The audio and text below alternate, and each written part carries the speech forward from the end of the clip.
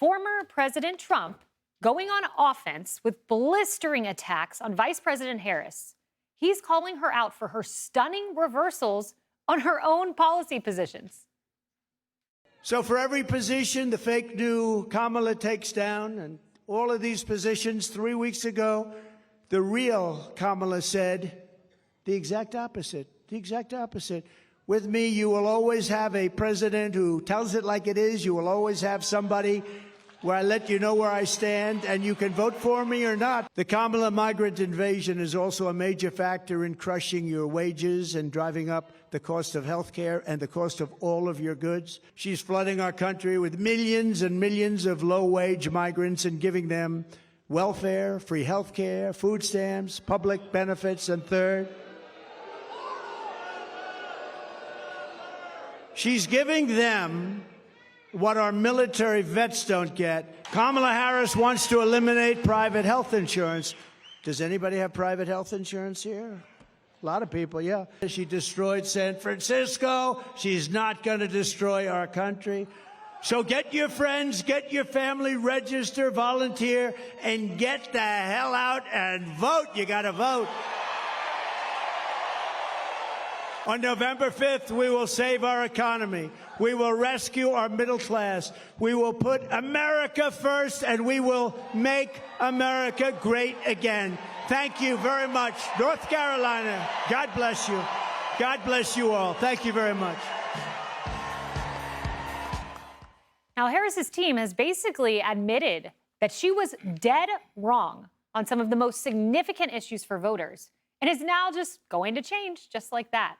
According to Axios, quote, a big part of the Harris plan is to unapologetically change some of her more liberal positions and claim her White House experience helped change her mind.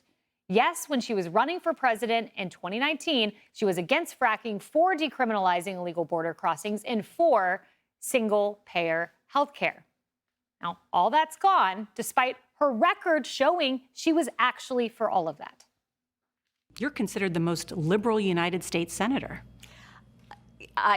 Somebody said that, and it actually was Mike Pence on the debate stage. But yeah, well, actually, the nonpartisan GovTrack has rated you as the most liberal senator. You supported the Green New Deal. You supported Medicare for all. You've supported legalizing marijuana. So, Carly, the Trump campaign, if I'm sitting there pulling my hair out because the press will not cover her radical changes and policies, the two-faced Kamala, here's what I would do. And it's something that my team at the White House did in the press shop. We would oftentimes bring images to the podium on the video screen. So Nancy Pelosi, when she got her hair done during COVID, we played the video on loop. During the riots, when the press wasn't covering some of the violence, we put it on loop. Trump today at his press conference at 4:30 p.m. put up a video screen, start the press conference. Everyone will be taking it, MSNBC, CNN, everyone. Play the video of Kamala in her own words, step back and let it rip. Yeah, absolutely. And also, and he does say this a lot, say that the Republican Party is the party of common sense and the other side is chaos. And also, don't believe what Kamala Harris is saying from now until the election in 82 days. Remember her past record, because that's what, after you enter office, you always go back to your core beliefs. And as a DA, an AG, as a senator, we know what her core beliefs are. I am so fascinated about what's going on in the White House right now. It's like we are watching a very public and polite divorce play out where you have Kamala Harris, Kamala Harris, Joe Biden, they're breaking up after a 3.5-year partnership. And she is saying, I want nothing to do with the past. But then at every turn, Karine Jean-Pierre is saying, oh, no, she was very much a part of this. So you also have the Harris campaign saying Kamala Harris is the future, and then the White House saying, oh, she was a part of the sinking ship for the past 3.5 years. The American people are left wondering, what does she even believe in? And then you have the media also saying, don't worry about what she believes in. She's not Donald Trump. Sometimes she wears Converse. Focus on that. But I do think that there was a round of Fox News polls that was just released, and the most important poll statistic to come out of it was that by 8 points, independent voters trust Trump. They favor Trump over Kamala Harris. So all of this chaos, as the word that I just mentioned, that's going on, people remember that. And they also remember past 5 weeks when she was still a very unpopular vice president. And they also remember this, Emily. Let's put it up. This is footage of Kamala. You know, she says she wants to divorce herself from the Biden policies. That's what was reported in Axios. Well, you're standing with Biden today, confounding choice to do that. And here are the tie-breaking votes. We can put it up as we speak, of her casting the vote for the American Rescue Plan, her casting the vote for the Inflation Reduction Act, which added trillions in government spending and led to inflation. Well, here's why it's so important to disseminate that information to the American people.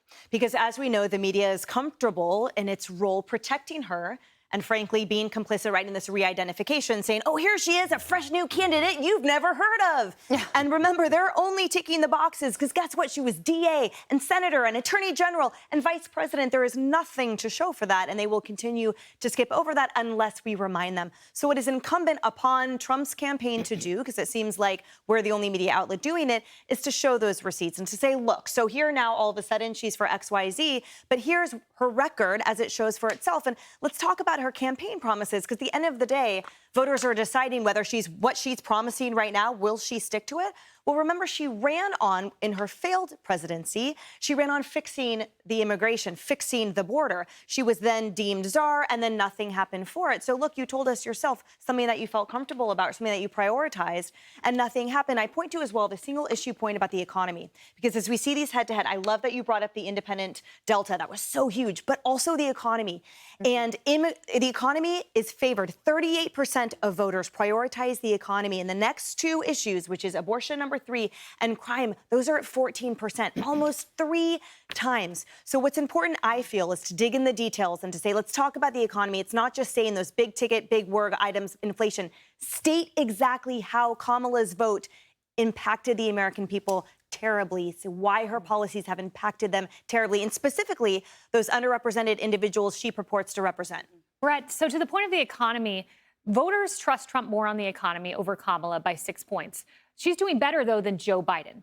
So I just do not understand, unless Kamala is a hostage to the Biden White House, why you go stand next to the face of Bidenomics today, talk about the issue of inflation, stand next to someone less popular than you on the top issue to voters. Why is she doing this? Well, you know, in America, we're used to politicians flip-flopping. We're used to them being inconsistent. Harris, though, is taking this to the next level. She's an artist, but it's Picasso. We can't really tell what it is she's painting.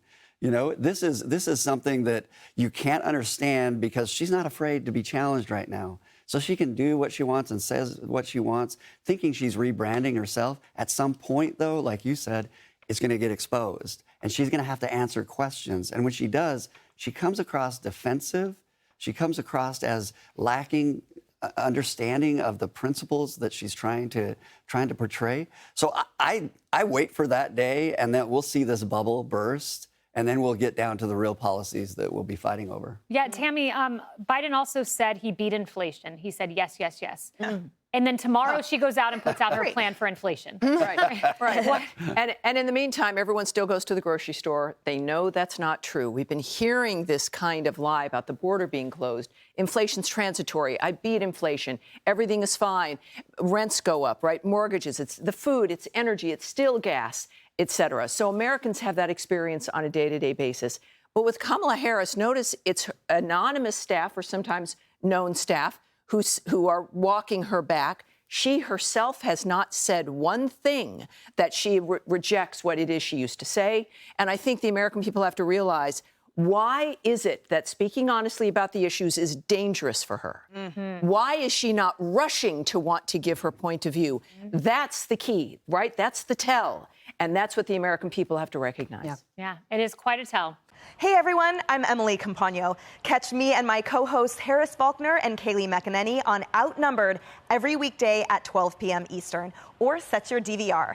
Also, don't forget to subscribe to the Fox News YouTube page for daily highlights.